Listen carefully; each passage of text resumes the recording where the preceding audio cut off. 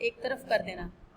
جسد واحد ایک جسم بے سر و سامانی بغیر کسی سامان کے خالی ہاتھ درخشندہ روشن چمکدار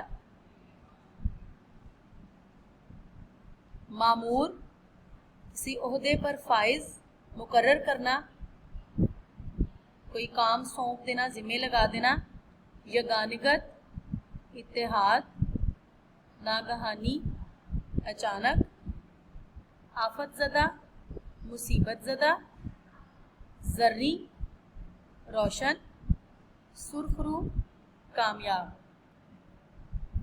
یہ خاص الفاظ تھے اس سبق کے جو اس سبق کی ریڈنگ کے دوران ہم دیکھیں گے کہ یہ الفاظ سارے کے سارے اس چیپٹر میں آئیں گے. اب ہم ریڈنگ شروع کرتے ہیں. کہا جاتا ہے کہ انسان ایک معاشرتی حیوان ہے. معاشرتی حیوان ہے یعنی سوشل اینیمل جس کو کہتے ہیں. مین از اے سوشل اینیمل. آپ نے یہ جملہ پہلے بھی سنا ہوگا, یہ سینٹینس آپ نے سنا ہوگا پہلے بھی کہ انسان ایک معاشرتی حیوان ہے یعنی معاشرے میں رہنے والا ایک حیوان. حیوان اب یہاں پہ کیوں ہے؟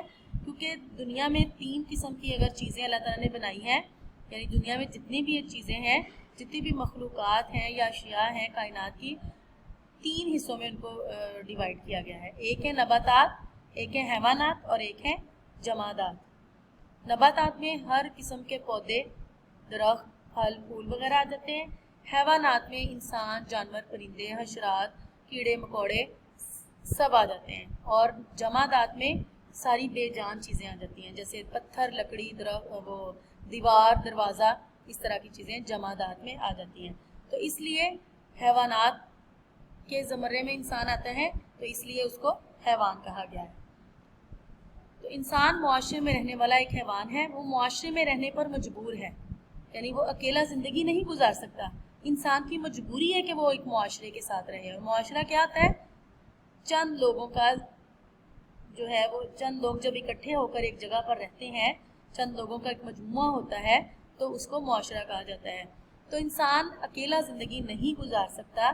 وہ معاشرے میں رہنے پر مجبور ہے کیونکہ اس کی ضروریات ہیں. اسے ایک دوسرے کے ساتھ ملنا پڑے گا, ایک دوسرے کے ساتھ رہنا پڑے گا اپنی ضروریات کو پورا کرنے کے لیے. اسے قدم قدم پر دوسروں کے سہارے کی ضرورت پڑتی ہے. اب یہ جو ہم ریڈنگ کر رہے ہیں اس میں آپ کو ہائی لائٹڈ ورڈز نظر آ رہے ہوں گے جو ہائی لائٹ کیے ہوئے ان کو آپ ایز آبجیکٹیو ہائی لائٹ کرتے جائیں. کس طرح سے اس کا آبجیکٹیو ہے کہ انسان ایک ڈیش ہے. کیا ہے؟ معاشرتی حیوان ہے یا ڈیش ایک معاشرتی حیوان ہے انسان. ایک لائن میں 2 لفظ کیے ہوئے ہیں تو اس طرح سے کہ یہ بھی بلینک میں پوچھا جا سکتا ہے اور یہ بھی, دونوں کو ہائی لائٹ کر لیں. انسان وہی ہے جو دوسروں کا خیر خواہ اور ہمدرد ہو. خیر خواہ یعنی بھلا چاہنے والا, ہمدردی کرنے والا. کہ انسان وہی ہے کہ مطلب اس کے بغیر انسانیت نہیں ہے. انسان اگر کسی کا ہمدرد نہیں ہے, کسی کا خیر خواہ نہیں ہے تو اس کا مطلب ہے کہ وہ انسان نہیں ہے. ٹھیک ہے؟ انسان وہی ہے کہ جو دوسروں کے مدد کا جذبہ رکھتا ہے, دوسروں کی بھلائی چاہتا ہے. اگر انسان دوسروں کے دکھ درد کو اپنا دکھ درد نہیں سمجھتا تو وہ انسان کہلانے کا حقدار نہیں ہے. دوسروں کے کام آنا اور مصیبت میں ان کی مدد کرنا ہی اصل انسانیت ہے. یعنی اگر انسان دوسروں کے دکھ درد میں شریک نہیں ہوتا, اگر اس کی مصیبت میں کام نہیں آتا تو وہ اس کو انسان نہیں کہیں گے. وہ انسانیت کے اگر حقوق پورے نہیں کر رہا انسان ہونے کے تو وہ انسان کہلانے کا حقدار ہی نہیں ہے. اس کو جانور کہا جائے گا کیونکہ جانور کو یہ نہیں نہ پتا ہوتا کہ کس طرح سے ایک دوسرے کے ساتھ رہنا ہے, کیسے ایک دوسرے کا بھلا کرنا ہے, کیسے ایک دوسرے کا فائدہ چاہنا ہے. تو انسان کا یہ حق ہے کہ وہ دوسرا انسان اس کے کام آئے اور دوسرے کا فرض ہے کہ وہ دوسرے کے کام آئے. کہ حقوق العباد جو ہے اللہ تعالیٰ کے حقوق جو ہیں وہ اللہ تعالیٰ تو معاف کر سکتے ہیں لیکن حقوق اللہ جو ہیں ان کو اللہ تعالیٰ معاف کر سکتے ہیں اللہ کے جو حقوق ہیں, لیکن حقوق العباد جو ہیں وہ اس وقت تک معاف نہیں ہوں گے جب تک کہ وہ بندہ ان کو معاف نہیں کر دے گا. تو اس لیے ہمیں اللہ تعالیٰ سے ڈرنا چاہیے اور حقوق العباد جو ہیں ان کو پورا کرنے کے لیے ہمیں اپنے فرائض سے بہت اچھے طریقے سے جو ہے وہ آگاہ ہونا چاہیے اور ہمیں اپنے فرائض کو پورا کرنا چاہیے. اور ویسے بھی کہا جاتا ہے کہ جیسے علامہ اقبال کا شعر بھی ہے کہ ہیں لوگ وہی جہاں میں اچھے آتے ہیں جو کام دوسروں کے. اور ایک اور شعر ہے کرو مہربانی تو محل زمین پر، خدا مہرباں ہوگا عرش بری پر. یعنی جب ہم اہل زمین پر مہربانی کریں گے تو ہی اللہ تعالیٰ عرش پر ہماری مدد کریں گے. جب جذبہ ہمدردی بڑھ جاتا ہے تو انسان دوسروں کو اپنے آپ پر ترجیح دینے لگتا ہے. دیکھیں ترجیح کا ورڈ استعمال ہوا. ترجیح کا مطلب کیا تھا؟ فوقیت. کہ جب انسان کے اندر دوسروں سے ہمدردی کرنے کا جذبہ بہت بڑھ جاتا ہے تو ہی پھر وہ دوسروں کے کام آنے لگتا ہے، دوسروں کو اپنے آپ پر ترجیح دیتا ہے. وہ اپنی ذاتی مفادات کو پس پشت ڈال کر، پس پشت ڈالنا ایک طرف کر دینا، بھلا دینا، ٹھیک ہے، اپنے بھائی بندوں کے مفادات کو اولیت دینے لگتا ہے. یعنی کہ احسار، قربانی، ہمدردی یا دوسروں کے کام آنا کیا ہے؟ کیا چیز ہے یہ اصل میں؟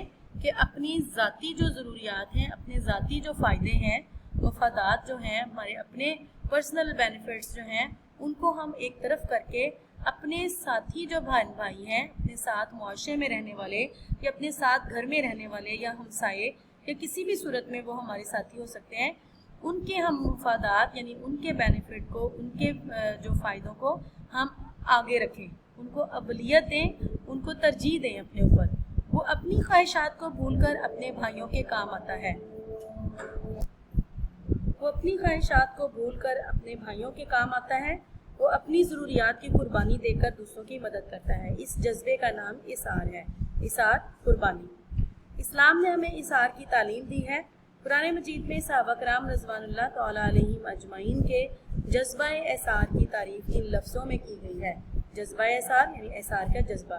ترجمہ: اور ان کو اپنی جانوں پر مقدم رکھتے ہیں. مقدم، آگے رکھنا، خواہ وہ خود بھی فاقے سے ہوں، فاقے سے بھوکے ہوں. سورۃ الحشر کی آیت نمبر 9 ہے. اللہ تعالیٰ کے رسول صلی اللہ علیہ حضرت محمد صلی اللہ علیہ وآلہ وسلم نے فرمایا، مسلمان جسد واحد کی مانند ہیں. جسد واحد، ایک جسم کی.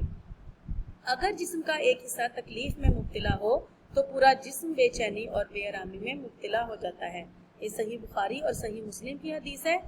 حجۃ الوداع کے موقع پر آپ صلی اللہ علیہ وآلہ وسلم نے ارشاد فرمایا، ہر مسلمان دوسرے مسلمان کا بھائی ہے.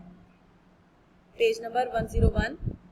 اس پیج کے تمام آبجیکٹیو جو ہیں ان کو آپ لوگ ہائی لائٹ کر کے اور ان کو ایز آبجیکٹیو آپ یاد کریں گے. پیج نمبر 101 کو اوپن کریں. ایک حدیث پاک کے مطابق جو کسی مسلمان کی پریشانی دور کرتا ہے، اللہ تعالیٰ قیامت کے روز اس کی پریشانی دور کرے گا. یہ بھی صحیح مسلم کی حدیث ہے. ایک خوبصورت حدیث ہے یہ کہ اگر کسی مسلمان کی پریشانی دور کرتے ہیں تو اللہ تعالیٰ بھی قیامت کے دن اس انسان کی پریشانی دور کرے گا. تاریخ اسلام کے اوراق ورق کی جمع ہے. ورق صفحہ کو کہتے ہیں. صفحے، صفحات اثار و ہمدردی کی روشن مثالوں سے بھرے پڑے ہیں. کفار مکہ کے ظلم و ستم سے تنگ آ کر مسلمانوں نے مدینے کی طرف ہجرت کی.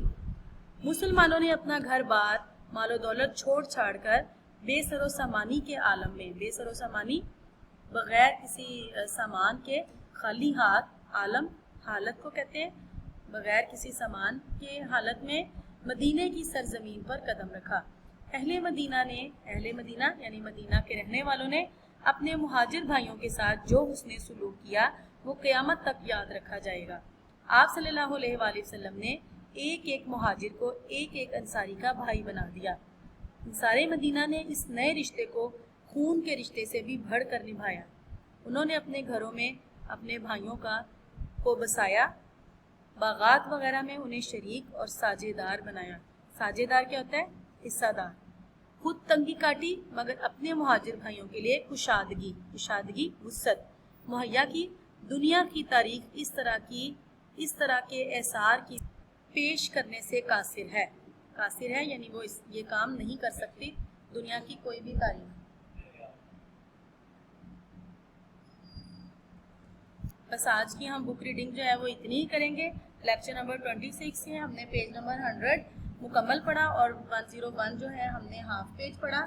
اور اسی کا آبجیکٹیو آپ لوگ یاد کریں گے. ڈائری آپ کی لیکچر نمبر 26 کی learn do book reading plus learn objective page number 101 اور ہاف پلس 100 پیج.